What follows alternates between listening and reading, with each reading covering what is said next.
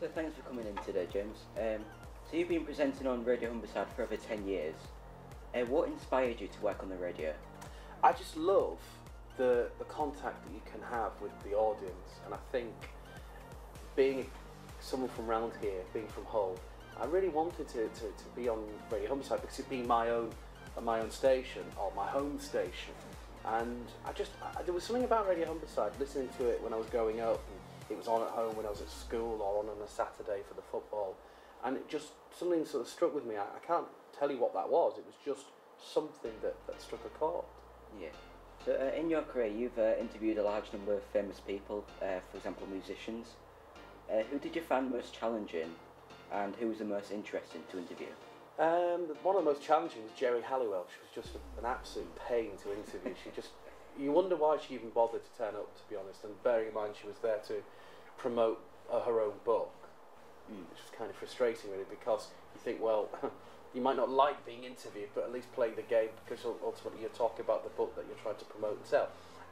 Usually the interesting ones aren't anyone famous. It's usually someone with a wonderful story to tell. It's somebody who's experienced something in life, or is about to tell you something that you would never have expected about them. And I think the key to being a good presenter and a good interview is trying to get that gem, that nugget out of them.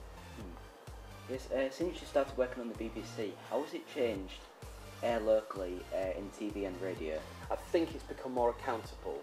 I think it's aware of the fact that anybody pays for it, that it's serving the licence fee payer, and I think for that reason it respects the licence fee payer more, it justifies what it does. I think sometimes it is a little bit cautious. I think sometimes, you see with the recent Jeremy Clarkson thing, I think sometimes it's frightened of tripping over itself because of the reaction it will get.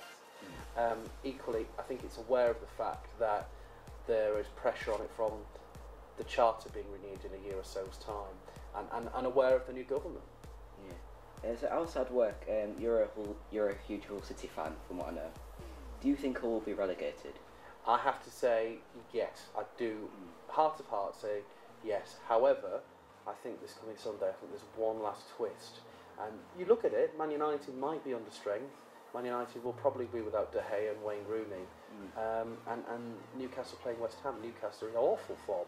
So there's probably one last twist, but I'm still just think City might miss out. Yeah. Do you have any other favourite hobbies or interests outside of radio?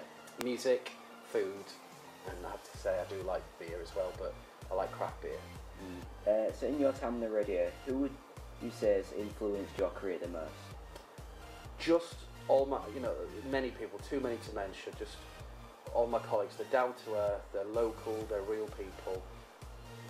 You can't not be inspired by them, I think. Yeah. And lastly, who would be a dream guest to have on your show? Or the musician Paul Simon, definitely, or one of the remaining Beatles, definitely. But it's that person on the street that will tell you that they've done that amazing thing or experienced that amazing thing in life. And if you can meet them, that's always the dream. Alright, thank you for being here, and thank you for being on the interview. Thank you.